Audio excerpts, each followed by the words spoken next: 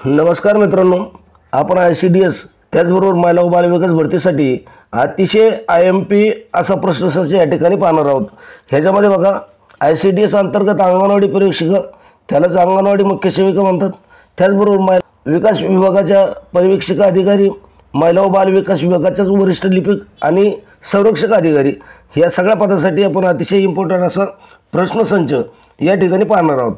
खूप महत्त्वाचा असा प्रश्नसंच असणार आहे। मग या ठिकाणी बघा, पहिला प्रश्न काय आहे। पहिला प्रश्न पाहण्या अगोदर तुम्ही जर चॅनलवर नवीन असाल किंवा आतापर्यंत आपल्या ग्रोइंग स्टुडंट्स या यूट्यूब चॅनलला तुम्ही जर सबस्क्राईब केलं नसेल तर आत्ता सबस्क्राईब करून घ्या। बेल आयकॉनला ऑलवर सिलेक्ट करून ठेवा की जेणेकरून उद्याच्या व्हिडिओचे नोटिफिकेशन लगेच तुमच्यापर्यंत पोहोचेल। व्हिडिओ आवडला तर व्हिडिओला लाईक नक्की करा।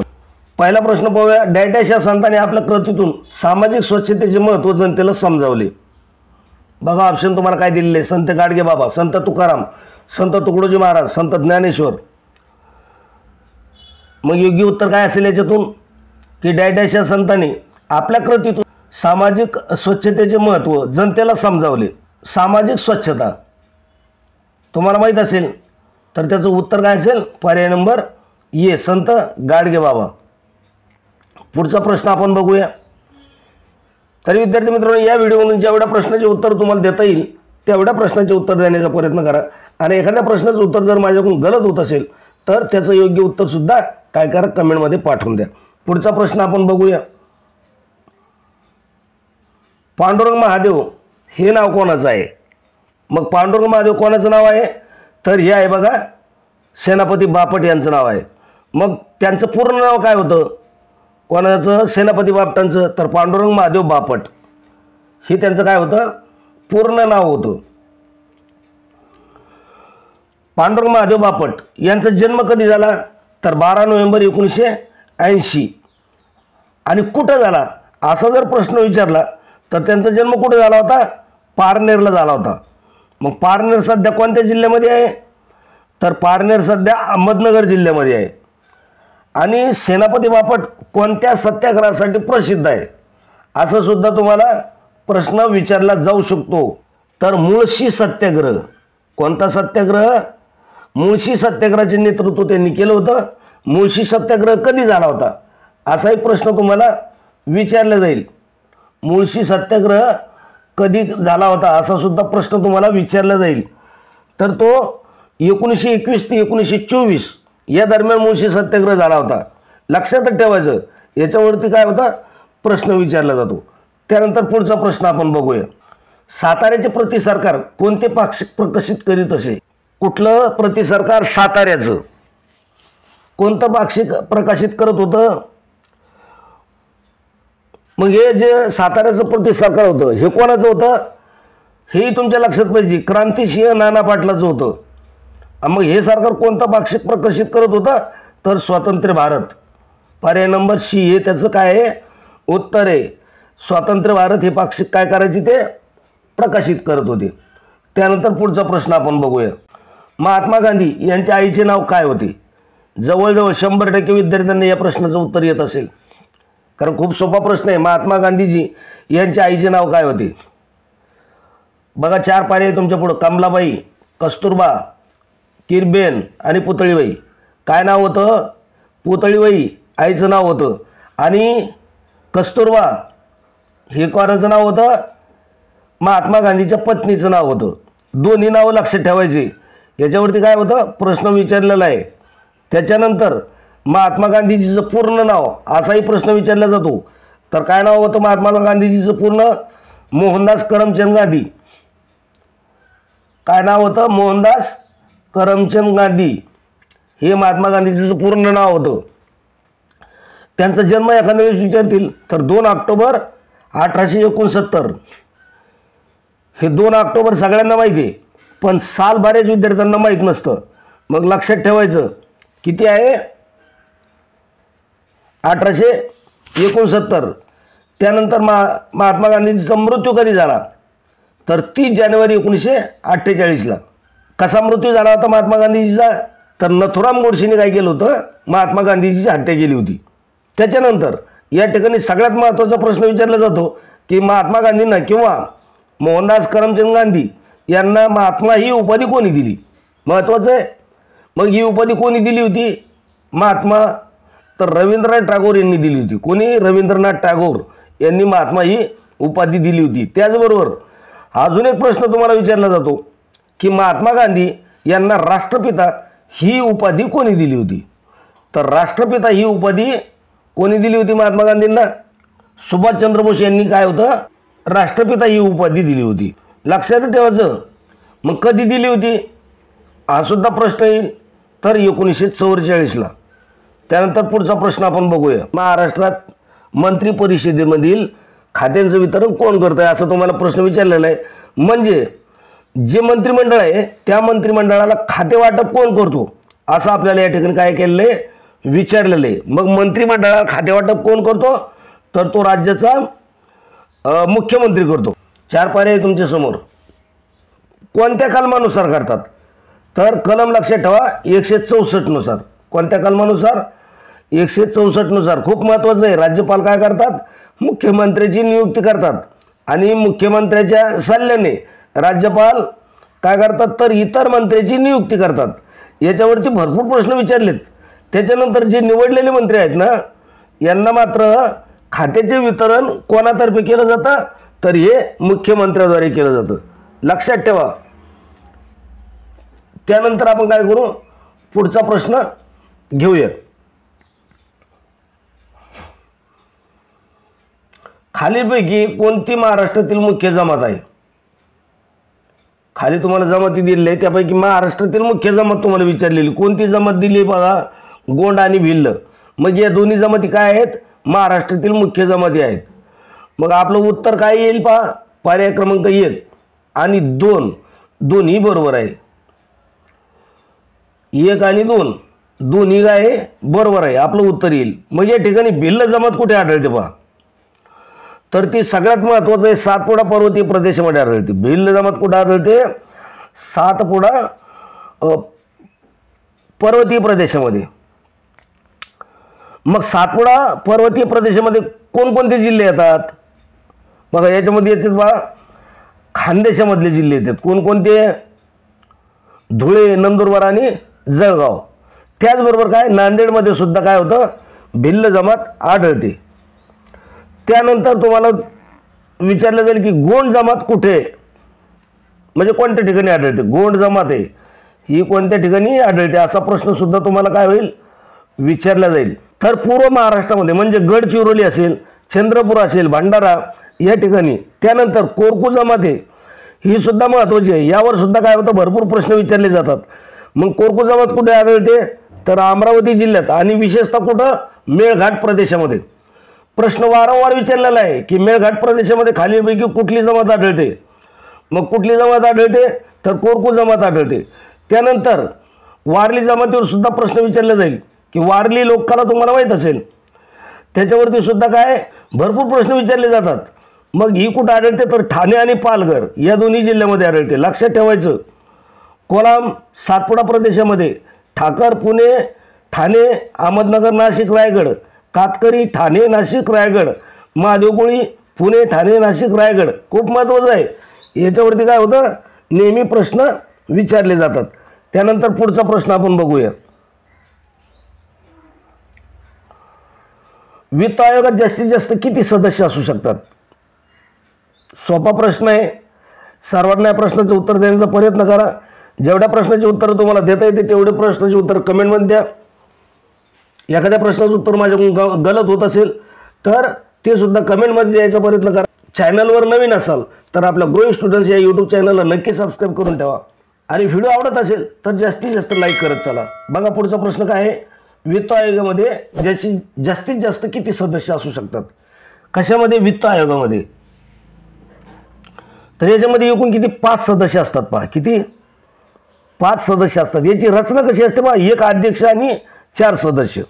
1 अध्यक्ष आणि 4 सदस्य म्हणजे पहिलं ऑप्शन बरोबर. याच्यामध्ये 4 ऑप्शन तुम्हाला दिलेले तर पहिलं ऑप्शन काय आहे? बरोबर आहे. किती व्यक्ती असतात? तर 5 व्यक्ती असतात. किती दिवसानंतर केली जाते वित्त आयोगाची स्थापना? दर 5 वर्षांनी वित्त आयोगाची स्थापना केली जाते. त्याच्यानंतर प्रश्न विचारला जातो की वित्त आयोगाची स्थापना कोणत्या कलमानुसार केली जाते? तर कलम 280 नुसार केली जाते.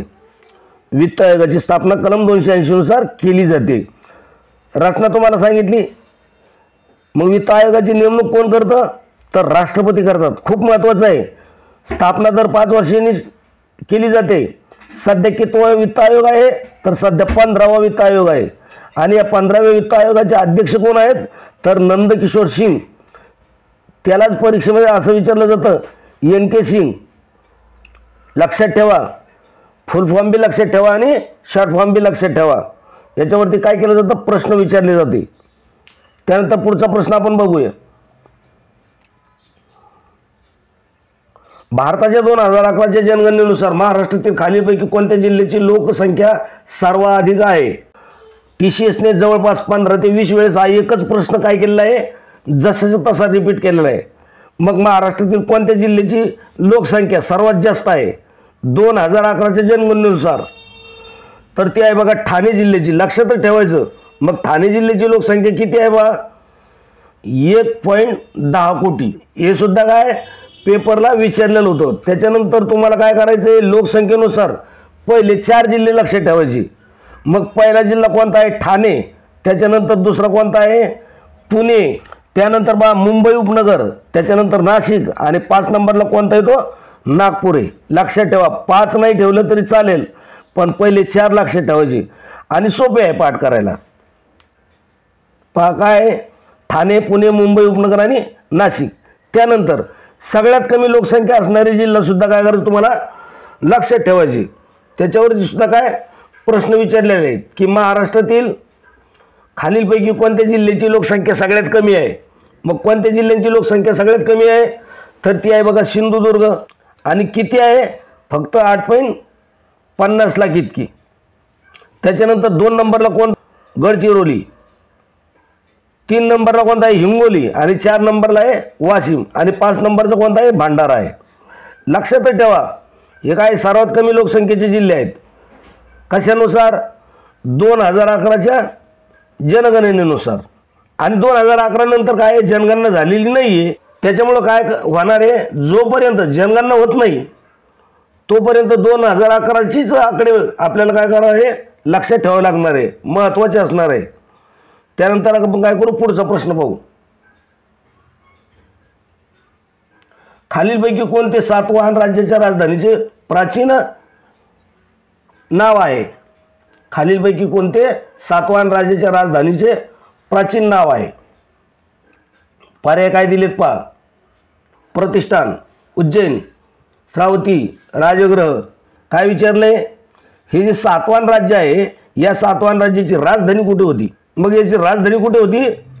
तर प्रतिष्ठान. आता प्रतिष्ठान शहर सध्या कुठे आहे? प्रतिष्ठान हे काय प्राचीन आहे. म्हणजे जेव्हा सातवाहन कालखंड होता तेव्हाचं नाव काय होतं? प्रतिष्ठान होतं. यालाच आता आपण कोणतं शहर म्हणतो? तर पैठण म्हणतात. पहा म्हणजे पैठणला किती ऐतिहासिक पार्श्वभूमी आहे की महाराष्ट्रातलं एक सातवाहन सर्वात बलाढ्य असं सातवाहन साम्राज्य होतं. आणि या सातवाहन साम्राज्यापासूनच काय झालेलं आहे? मराठी भाषेचा विकास होण्यास सुरुवात झालेली आहे. म्हणजे मराठी भाषेचा पहिलं जर साम्राज्य कोणतं असेल तर ते कोणतं होतं? सातवाहन हे आहे. म्हणून खूप महत्त्वाचं आहे. आणि त्यांची राजधानी कुठं होती? तर प्रतिष्ठान या ठिकाणी. त्यालाच आपण काय म्हणतो? पैठण म्हणतो. मग अजून एक प्रश्न विचारला जातो की सातवाहन साम्राज्य आहे किंवा सातवाहन साम्राज्य वंश आहे याचा संस्थापक कोण होता? हा सुद्धा प्रश्न तुम्हाला काय केला जातो? विचारला जातो.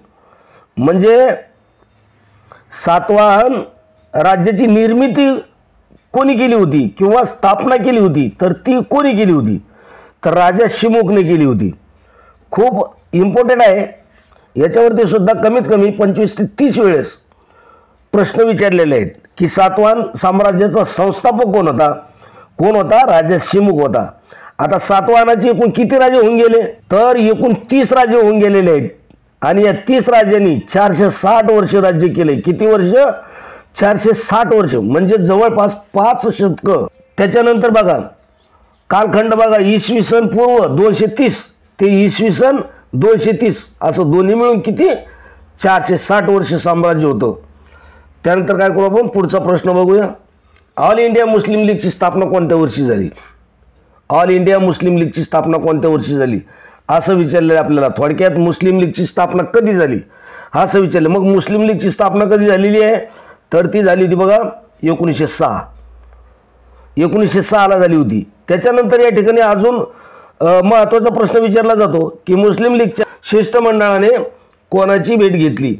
तर कोणाची भेट घेतली होती? व्हाईसराय लॉर्ड मिंटोची भेट घेतली होती.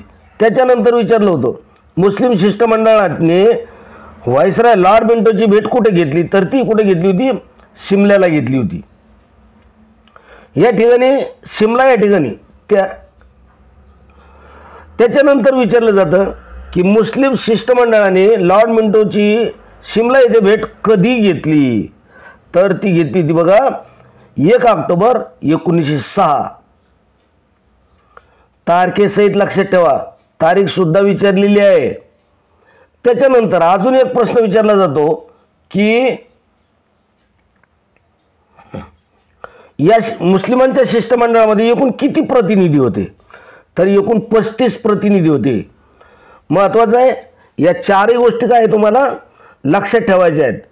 त्याचबरोबर हे जे मुस्लिमाचं शिष्टमंडळ होतं म्हणजे 35 मुस्लिमांचं, त्यांचं नेतृत्व कोण करत होतं याच्यावर सुद्धा प्रश्न काय केला जातो, विचारला जातो. मग कोण होतं तर सर आगा खान यांनी काय केलं होतं, या मुस्लिमांच्या शिष्टमंडळाचं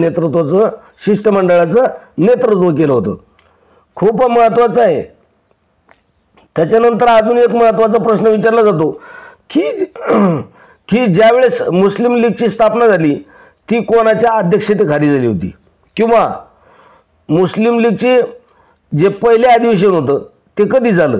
तर 1906ला झालं. ते कुठं झालं तर ढाका या ठिकाणी. हे पण लक्षात ठेवायचं, ढाका या ठिकाणी झालं होतं.